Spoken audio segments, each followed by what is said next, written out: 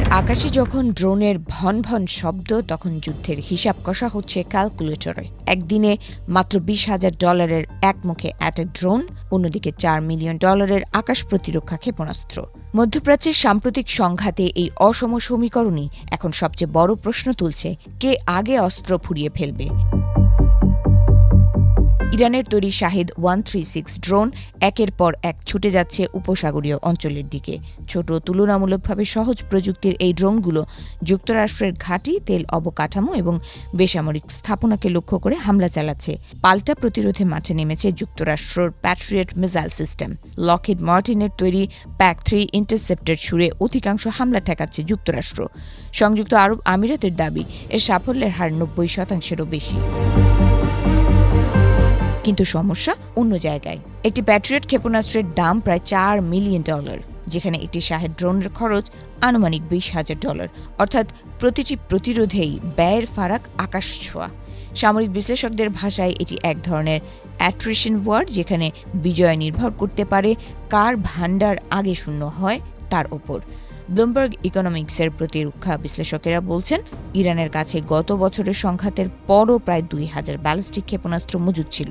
তবে শাহেদ ড্রোনের সংখ্যা আরও অনেক বেশি হতে পারে। রাশিয়াও একই ধরনের ড্রোন বড় পরিসরে উৎপাদন করছে বলে ধারণা করা হয়।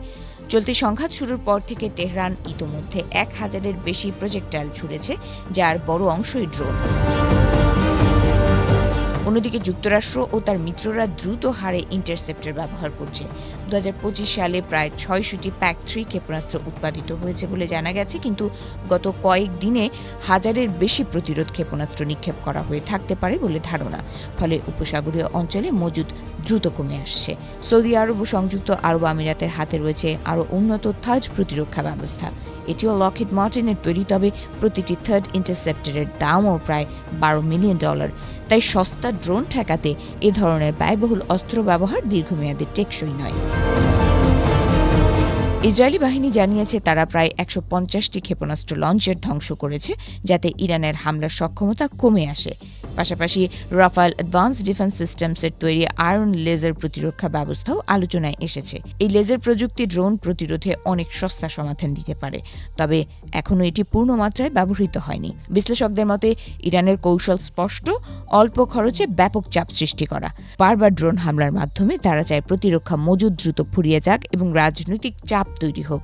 বিশেষ করে যুক্তরাষ্ট্রের অভ্যন্তরে দীর্ঘমেয়াদী যুদ্ধে জড়ানোর বিরোধিতা মাথায় রেখেই এই হিসাব কষা হচ্ছে।